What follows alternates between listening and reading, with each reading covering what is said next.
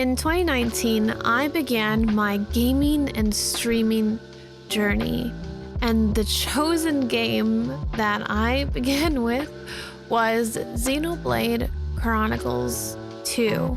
It has been a long time since I played this game, and I have come a long way as a gamer and as a content creator.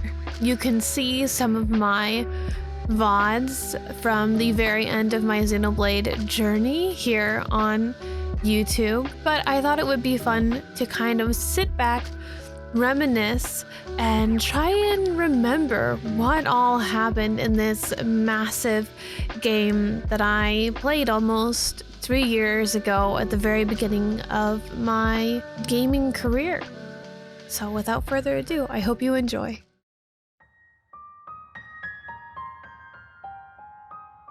Xenoblade Chronicles 2 was a very long game, so I'm going to have to be very brief, very short, and it's been a very long time, so I'm trying my best. Xenoblade Chronicles 2, the world of Xenoblade Chronicles 2 is a post-apocalyptic world where all of the people live on islands in this floating cloud sea. Our main character, Rex, our sweetheart, is a scavenger, so he dives into the cloud sea and tries to find goodies to sell. He gets wrapped up into a mission for a lot of money. I don't remember why he needs a lot of money, but he needs it for a lot of money to dive into the sea and try and find something. He dives into the sea, finds this young woman named Pyra who can turn into a sword.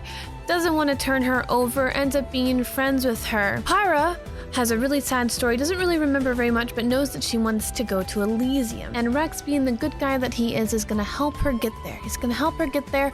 So he puts down everything in his life and tries to go with Pyra to Elysium. Hop, skip, and a jump, and we find out that the people that hired Rex to get Pyra are kind of the baddies here. They wanted to use her for nefarious purposes because turns out that Pyra is actually kind of like the big epic weapon, can start all wars and end all wars, and can destroy the world if in the wrong hands. And we also find out that Pyra's kind of like a washed up version of what she used to be. She's not really as powerful as she could be right now. She's got kind of an alter ego named Mithra. Basically was the sword of this really ancient mythical person named Adam, you know, like Adam and Eve. We get to sometimes change Pyra into Mithra, and she pops up and fights, and it's really cool. On this journey, we kind of gather a couple of folks into our party. One of the baddies ends up helping us. Her name is Nia. She's a cat girl. She's very cool. I really like her. We have our grandpa, who used to be kind of our home.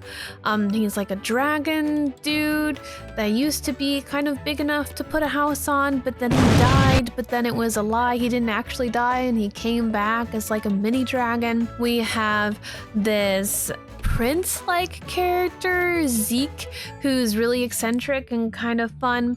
We have a Nopon, which is kind of like these little egg-shaped furry creatures with big long ears that joins us.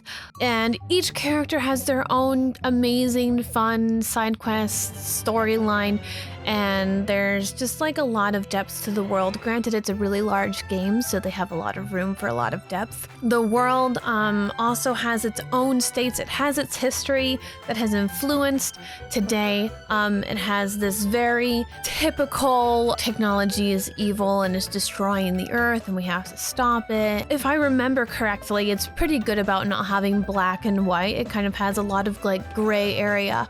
Also, we're not the only people with a weapon that turns into a human.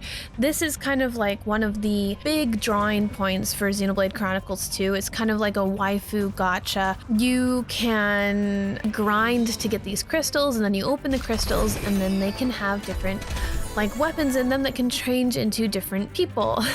And the people that we're fighting against, and the baddies and the goodies and all of our friends, a lot of them kind of resonate with these weapons and have their own like little human weapon companion person. Very cool, very fun, good way to keep someone playing the game for a long time. I definitely did a lot of grinding to get these crystals so that I could get more like waifus and husbandos. Many, many hours later, we visit many places, meet many people. The story really goes off the rails.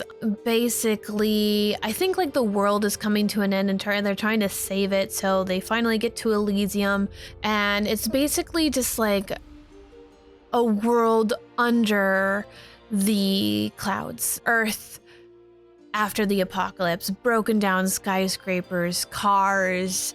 It is not the heavenly, perfect place that we have been told it would be.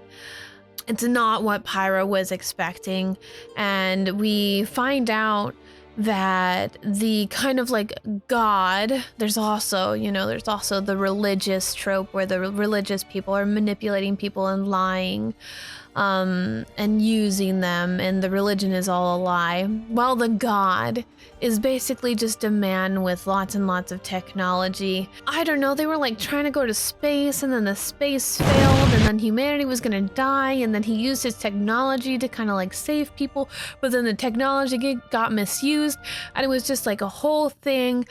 There was an epic battle at the end where the big baddies from the very beginning come back, and it turns out that it was like one of the big bads from the initial group was actually the counterpart of Pyra. So Pyra's like the good kind of can be misused, and then one of the baddies was kind of like, I am evil incarnate and I want chaos, and that is who I am, and you can never change me. You just have to stop me. You can't reason with me. And so we have to fight them, and it's like it goes into mech battles, like it's a huge mech battle, and we're in space and we're fighting, and there's definitely a lot of sacrifice involved. And then at the very end, we find that Rex and Pyra and everyone are all happy together. So it kind of works out. They never did really get to go to Elysium, so that's kind of like the sad part. But yeah, that's kind of that's what it is. Thanks for watching. I hope you enjoyed. Bye.